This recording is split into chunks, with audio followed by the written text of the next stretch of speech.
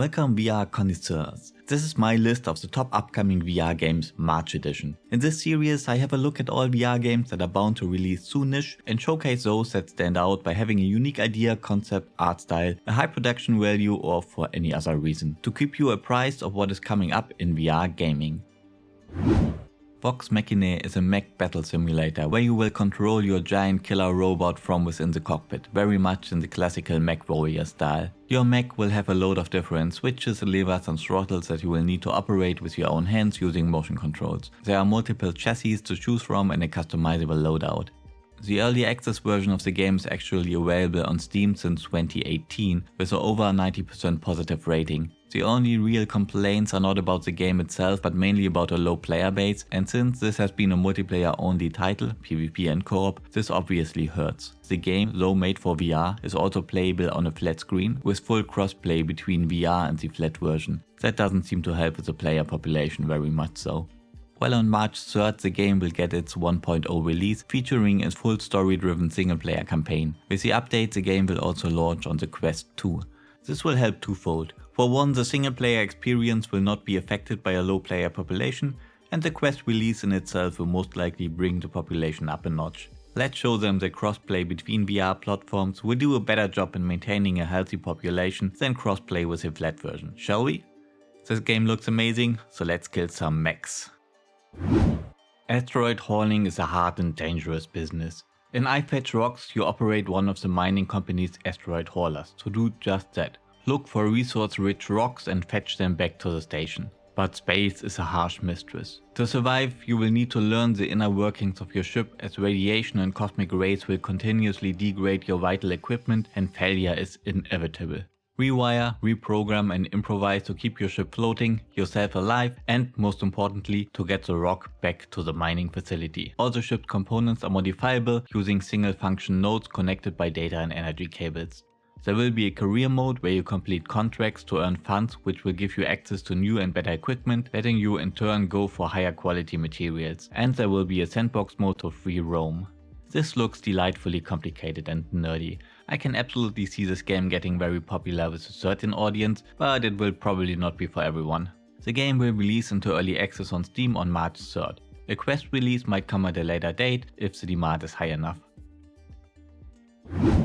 Outlier is a roguelike VR shooter with RPG elements. You will be utilizing an array of different weapons and magic abilities to fight your way through an invading species on multiple planets in a distant solar system, with the ultimate goal of finding a new home for mankind. The game will have a big emphasis on movement, the magic system will be gesture based, you will need to dodge, take cover, jump and dash to stay alive. In typical roguelike fashion all play spaces will be procedurally generated to make each run unique. The available power-up, story segments and characters you can meet throughout the run will also be randomized.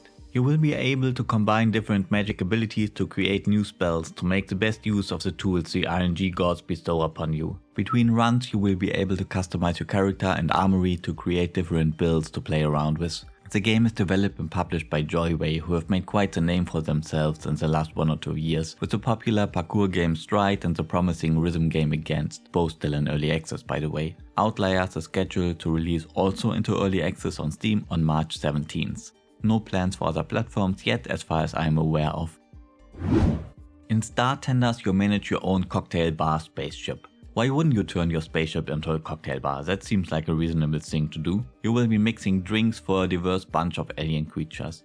There are thousands of recipes available and the possibility to create and save your own concoctions. The whole thing looks a lot like Job Simulator from the aesthetic, humor and gameplay. There's only one job, bartending, but there's also a story and a progression system that lets you upgrade your equipment. It will have leaderboards, you get points for style, and there's a local multiplayer mode. You will need to pass around your headset for that though. The game will hit the Quest and the PSVR on March 17th, a PC release might come at a later date.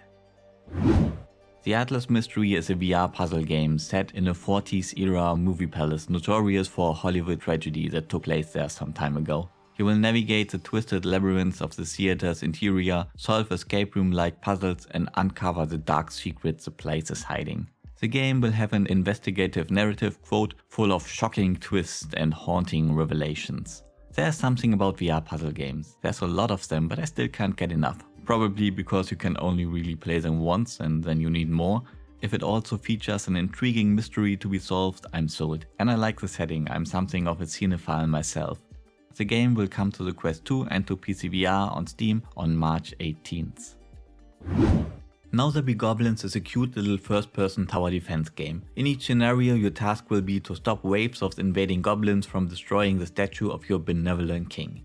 Between each wave you will have a build phase to construct, repair and upgrade barriers and defensive towers. The funds for these building activities are obtained by slaughtering goblins. Good thing they all come stacked with cash. When the green invaders arrive, you will get into the fray with your trusted hammer, or the weaponry prior goblins carelessly dropped on the ground upon death, to smack, slash and throw your way through the goblinoid hordes. You will gain XP, level up, unlock new scenarios and upgrades to your equipment and structures. The developers made a demo available on the recent Steam Next Fest, which actually made me put the game on this list. It is a very simple game with typical tower defense mechanics, and the low polygraphical style is so generic you have seen it all 1,000 times before. But I really enjoyed it. It is just fun to play and strangely addictive. The game will release into early access on Steam on March 28th. This is the VR port of the hardcore jungle survival game Green Hell. You will need to gather resources, craft, hunt, build and take care of your physical and mental health to survive in this unforgiving environment. The port will feature the same single player story campaign as the flat version, and they plan to add co-op sometime later. They recently made a demo available for play during the Steam Next Fest, and while the demo is in a really rough state on the technical side, I was very much pleased with the way they implemented motion controls for the gathering, crafting and building mechanics. The game will be sold as a standalone title, so if you already own the flat version you will have to buy it again. I don't love that. Creating a VR version should be used as a means to pull in a new audience, instead of making your existing player base pay again for a game that they already own. You know, like The Forest or No Man's Sky did. I blame Bethesda.